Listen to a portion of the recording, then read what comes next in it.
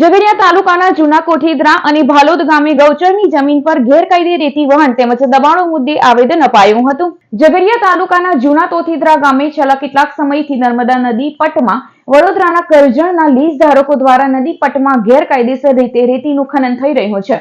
એટલું જ નહીં, ગૌચરમાંથી રસ્તો બનાવીને ઓવરલોડ વાહનો રાત દિવસ પસાર કરવામાં આવી રહ્યા છે, જેના કારણે ગામના રસ્તાઓને મોટા પ્રમાણમાં નુકસાન થઈ રહ્યું છે। જે અંગે ભરૂચ જિલ્લા આમ આદમી પાર્ટીએ બંને ગામના આગેવાનો સાથે કલેક્ટરને આવેદનપત્ર આપ્યું હતું। ગેરકાયદે રીત ખનન ગૌચરમાંથી વહન અને દબાણો હટાવવા માંગણી કરાઈ છે, પણ તંત્ર આની અંદર આંખ આડા કાન કરીને એ બેફામ આ ખનીજ માફિયાઓને સપોર્ટ કરતું હોય એમ દેખાઈ આવે છે। ત્યારે ગ્રામજનોના માધ્યમથી આજે બાલોદ ગામના લોકો પણ અહીંયા છે। બાલોદ ગામમાં પણ ગૌચરની જમીનને આ લોકોએ દબાણ કરી અને ગેરકાયદેસર દબાણો કર્યા છે। એ દબાણો તાત્કાલિક દૂર થાય।